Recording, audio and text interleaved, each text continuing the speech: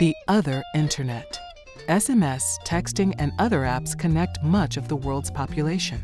For those who already had access to email and internet, texting was a significant add-on, allowing connectivity wherever they went. But for those without internet access, many of them in the developing world, it was an alternative, life-changing portal. In 1984, 8 years before Neil Papworth sent this season's greetings, Friedhelm Hillebrand of Deutsche Telekom was searching for the best way to include some kind of simple messaging system in the first major digital mobile standard, GSM. Every mobile phone has a display, then it has a keyboard, and at the time already the keyboards had these characters on them for dialing certain words. So that was a possibility to generate messages. The main perception among most people inside and outside GSM was that this service would just be a paging service for mobile users. And there were several operators who had, for instance, no charging mechanisms, who had it in the network as an open facility, but couldn't charge for it, since they thought nobody would use it anyhow. It was a sleeping beauty. And then suddenly some youngsters found it. Nobody could have imagined these youngsters typing with this speed and sending this rate. I mean, if you look to the Philippines, there's 1,500 messages a month per user. This is unimaginable. Texting is very private and personal because it goes to someone's pocket. What people are trying to do is bond with someone else, to strengthen the relationship, to amuse the other person or show them that they care. Through short codes or abbreviated telephone numbers, new innovative texting uses developed. Users could vote for their favorite singer, query about a product on a billboard, or make a charitable donation. However, for many in the developing world, it was essential services like BabaJob in India that had the deepest impact. By 2001, the cost of texting had dropped to pennies a message, and developing countries started joining the texting revolution. Prepay has really been what's been the ballooning of mobile phone ownership in developing countries. Prior to that, you needed to have credit history, a fixed address to get a contract and so on, and many people just didn't have that. When people got hold of a phone, it did seem to genuinely transform the way they lived or the way they conducted and transacted their business. Take example in South Africa. In many parts of Johannesburg, people will stand on a certain street corner to get manual labour.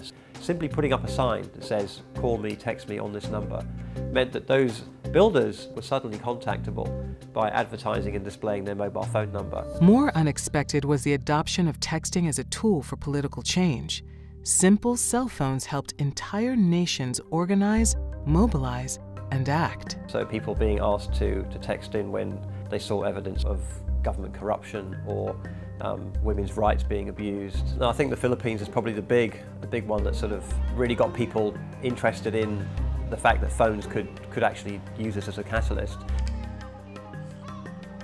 Texting has allowed many people in developing countries to be fully part of the system for the first time. One of the UN Millennium Development Goals was financial inclusion for people trapped in poverty. We worked with an organization called Faulu, which is a microfinance institute in Kenya, and we were trying to build a system with them, a system which would allow people to repay their loans. The solution they came up with would eventually lead to M-Pesa. M-Pesa today is a virtual wallet. You can go along to any retail agents and load cash in or take cash out. Once you've created that credit on your accounts, you can use your phone to send that electronic credit to anybody else. That old mama, that old papa, his son is sending him money, he's sending his son money. It's all ages. We've asked customers, how has M-Pesa affected your life? And some have come back and said, oh no, I save up to 3 hours of my time per a send transaction, because before I used to have to get the bus, go do this, go do that. We used to send our money just through the minibuses that travel from morning and coming back from Narok for evening. Now we can send the money just through M-Pesa. So M-Pesa have really benefited our community. Also, it have really help our community in terms of necessity needs. For example, you have somebody who is sick, maybe in the hospital, and maybe the person is very far. For you to get the fastest way of sending money is through M-Pesa. Before M-Pesa, people could not access money below 500 Kenya shillings. But now with M-Pesa, they can access as low as 50 shillings. When a person come here and withdraw 50 shillings, she can go to the market, buy vegetables for 5 shillings. Even fish, you can buy fish for 20 Kenya shillings. And that's good for the market and that's good for the people. We knew that it was absolutely essential to have the cash out points and the cash in points as close to the subscribers as possible. So we invested very heavily in the agent network, and in fact it's been one of the critical success factors. So we currently have over 40,000 and we're still aggressively, rolling them out. Now if I send money, if I owe somebody money, they will just say M-Pesa it to me, M-Pesa me this, M-Pesa me that. A good fraction of the adult population, way around 50%, may now be considered banked. This rate of changing financial access or access to banking is phenomenal. So if the population is accessing markets, then you are sure that they will be able to reduce their poverty levels. Once thought of as nothing more than a minor feature offered by telecom carriers, today texting connects billions of people in developing regions to the online world, has eclipsed email in popularity, and has changed our culture in ways that are still unfolding.